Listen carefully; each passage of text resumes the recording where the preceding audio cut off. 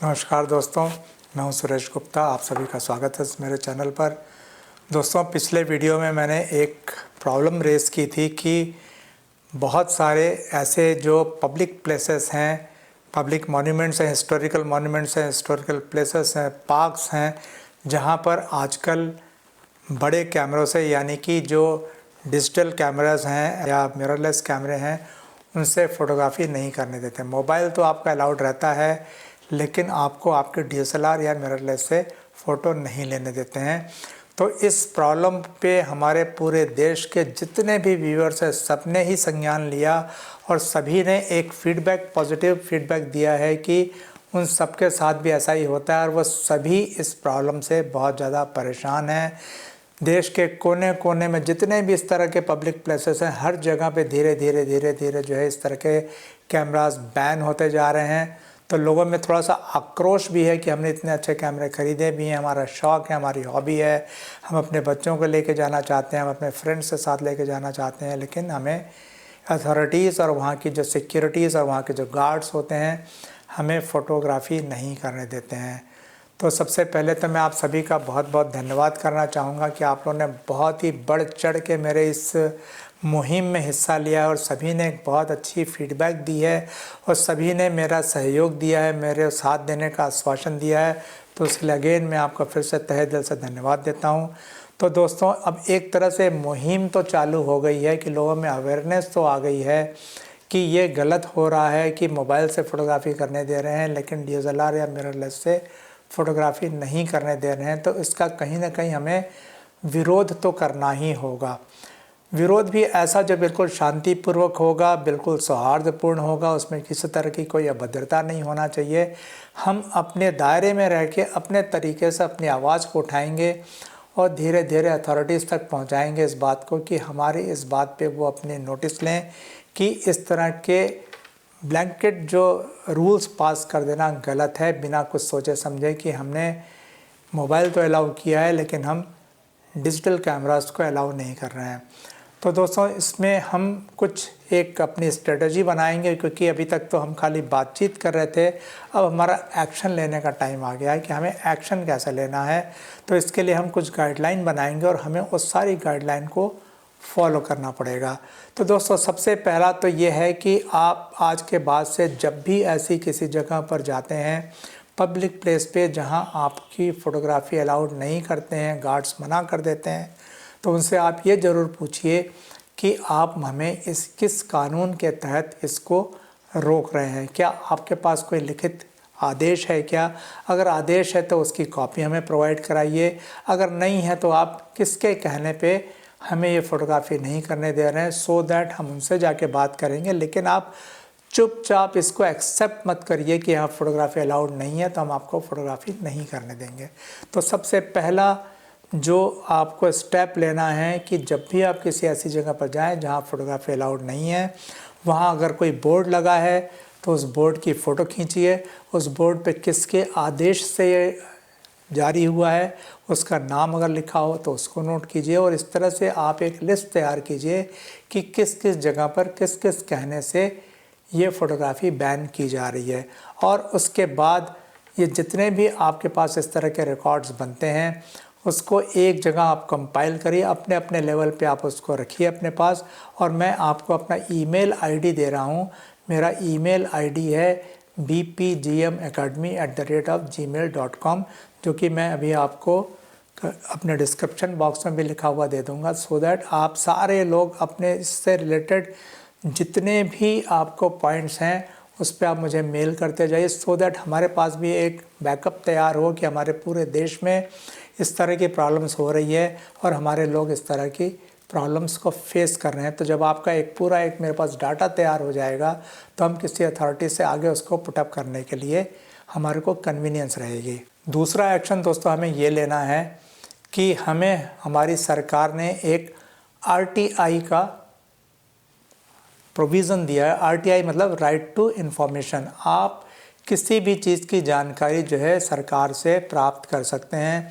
तो जब भी आपको लगे कि यहाँ पर बैन की जा रही फ़ोटोग्राफ़ी या कहीं पे रिस्ट्रिक्टेड है या कहीं पे मनचाही फ़ीस ली जा रही है, तो आप एक 10 रुपये की फ़ीस देके ऑनलाइन पोर्टल पर जाकर आरटीआई रेज़ कर सकते हैं, जिसमें आप 3 सवाल, 4 सवाल, 5 सवाल जो भी आपको पूछना हो आप सरकार से पूछ सकते हैं कि सबसे पहला तो हमें किस कानून के आधार पर हमें ये फ़ोटोग्राफ़ी रोकी जा रही है, और वो भी जो है मोबाइल से करने दी जा रही है, लेकिन हमारे डिजिटल कैमरा से हमें फ़ोटोग्राफ़ी नहीं करने दी जाए, तो हमें उसकी आदेश की कॉपी उपलब्ध कराई जाए। दूसरा, हमारे ये किस गाइडलाइन के तहत आता है, किस कानून के तहत आता है, किस धारा के तहत आता है कि फ़ोटोग्राफ़ी करना अलाउड नहीं है। तो जिस भी अथॉरिटी को आप लेटर लिखेंगे, आप आरटीआई में रेज़ करेंगे, वहाँ से आपके पास जवाब ज़रूर आएगा। पहली बात तो ये है कि मैक्सिमम जगहों पर जो ये कानून बना दिया गया है कि फ़ोटोग्राफी अलाउड नहीं है, इसकी ऐसी कोई धारा नहीं है, ऐसा कोई प्रोविज़न नहीं है, प्रावधान नहीं है। ये लोगों ने अपने विम्स पे इसको बंद कर दिया है। तो जब भी आप अगर ये मुद्दा रेज़ करेंगे तो सरकार को या अथॉरिटीज़ को उसका जवाब देना ज़रूरी होगा, और जो जवाब आपके पास आता है उसको भी आप एक बार कंपाइल कीजिए अपने पास, और मैंने जो आपको अभी ईमेल आईडी बताया है उस ईमेल आईडी पे आप मुझे भेजिए।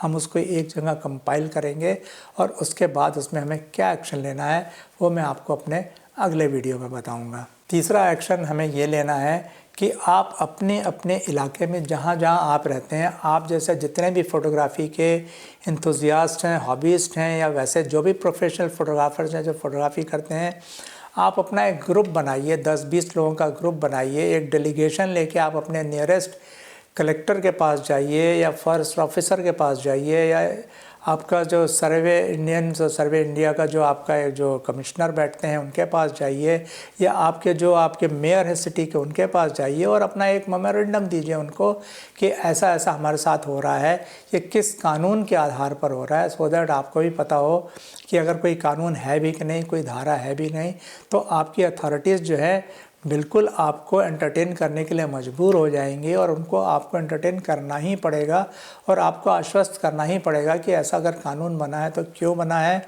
और अगर कानून ऐसा नहीं है तो क्यों ना इस कानून को ख़त्म कर दिया जाए। दोस्तों, मैं आप सभी से रिक्वेस्ट करूँगा कि हमारी इस मुहिम में आप में से जो भी शामिल होना चाहते हो, मेरे बताए गए ईमेल आईडी पे, जो कि मैं फिर से रिपीट कर रहा हूँ कि मैं आपके डिस्क्रिप्शन बॉक्स में अपना ईमेल आईडी डाल दूँगा, वहाँ पर आप अपना अगर चाहें तो अपना फ़ोन नंबर या अपना ईमेल आईडी शेयर कर दें, सो दैट समय समय पे मेरे जो भी कम्युनिकेशन आपसे डायरेक्ट करना हो मैं आपसे डायरेक्ट बात कर सकता हूँ। और मेरा जब एक बड़ा नंबर ऑफ़ पीपल का जो एक टीम तैयार हो जाएगी, तो हमारा एक पूरा एक डेलीगेशन जो है किसी डिपार्टमेंट के किसी अथॉरिटीज़ के पास जाएगा, और हमारा अंतिम प्रयास ये रहेगा कि हम अपने एक पूरा डेलीगेशन जो होगा, लोगों का एक जो दिल की बातें रहेंगी, किसी एक जगह पे कंपाइल करके हम प्रधानमंत्री कार्यालय में भी भेजेंगे। और हमारे प्रधानमंत्री जी जैसे कि बहुत जनरस हैं, हमारी आवाज़ उन तक जाएगी तो डेफिनेटली वो इस पे एक्शन ज़रूर लेंगे। और मुझे पूरा विश्वास है कि अगर बाकी किसी अथॉरिटी ने नहीं सुनी तो हमारे प्रधानमंत्री जी इस वाले चीज़ पर ज़रूर संज्ञान लेंगे और ये वाला बैन जल्दी ही हटेगा। तो दोस्तों, इसी उम्मीद के साथ मैं ये वीडियो यहीं ख़त्म करता हूँ कि आप सारे लोग जिन्होंने भी इसमें बढ़ चढ़ कर भाग लिया है, आप अपनी अपनी एंड पर अपने जो भी आपने अभी तक स्टेप्स उठाया है, आप उठाना चाहते हैं, उसको थोड़ा सा 2-3-4 लाइन का राइटअप बनाइए, मुझे मेल कीजिए। और दूसरा, अपने एंड पे अपनी नियरेस्ट अथॉरिटी को आप आरटीआई से ज़रूर उनसे आंसर मांगिए। इसकी फ़ीस सिर्फ 10 रुपये है।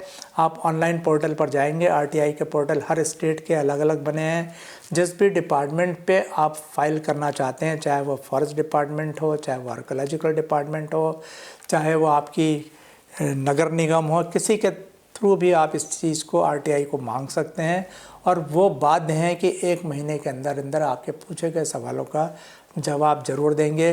और जो भी जवाब आता है उसको आप एक जगह कंपाइल करिए। मैं भी अपने एक सारा पूरे हिंदुस्तान का डाटा इकट्ठा करूंगा, और जब मेरे पास इस तरह का पूरा एक प्रारूप तैयार हो जाएगा कि अब मैं आगे किसी और हायर अथॉरिटी से बात करना चाहूँगा, तो सारे लोगों का डाटा निकाल कर एक जगह कंपाइल करके मैं उनसे डेफिनेटली हायर अथॉरिटी से बात करूँगा। और अगर इस पर भी बात नहीं बनी तो अंतिम जो हमारे पास सलूशन रहेगा, फिर हम एक PIL रेस करेंगे, PIL थोड़ी सी एक कानूनी लड़ाई होती है जिसमें समय भी लगता है और पैसा भी लगता है, लेकिन हम हार नहीं मानेंगे। अगर हमारी बात नहीं मानी गई तो हम आखिर में PIL भी रेस करेंगे। तो दोस्तों, आप सबके समर्थन के लिए एक बार फिर से पुनः बहुत बहुत धन्यवाद। मैं आप सबके फीडबैक का और आपके सबके द्वारा लिए गए एक्शंस का इंतज़ार करूंगा और 1 महीने के अंदर अंदर आपके जो भी फीडबैक मुझे मिलेंगे, आपके द्वारा जो भी किया गया गाइडलाइन मुझे मिलेगा, जो भी एक्शन आप लोगों ने लिया वो मुझे मिलेगा, तो मैं एक जगह कंपाइल करके फिर उसको अपनी चीज़ को आगे बढ़ाऊँगा। तो मिलते हैं दोस्तों अगले वीडियो में, फिर इसी टॉपिक पे बात करेंगे। तब तक 1 महीने के अंदर हमारी जो और डेवलपमेंट रहेगी उसके बारे में मैं आपको समय समय पर जानकारी देता रहूँगा। तो दोस्तों, आज का वीडियो यही ख़त्म करते हैं। इस वीडियो को आप अपने और चाहने वाले जो दोस्त हैं आपके, जो फ़ोटोग्राफ़ी करते हैं और इस तरह की चीज़ों से जो परेशान हैं, उनसे भी शेयर कीजिए, सो दैट उनका भी समर्थन हमें मिलेगा। और जब एक बहुत बड़ी टीम हमारी इकट्ठी हो जाएगी तो डेफिनेटली आप पाएंगे कि हमारा कारवां बढ़ता जाएगा और हमें लोगों का जैसे जैसे समर्थन बढ़ता जाएगा, मिलता जाएगा, तो हमारी बात का मुद्दे और गंभीरता से पुटअप कर पाएंगे और डेफिनेटली एक दिन हम अपनी बात को मनवा पाएंगे। तो दोस्तों, मिलते हैं फिर अगले किसी वीडियो में। तब तक के लिए नमस्ते, जय हिंद।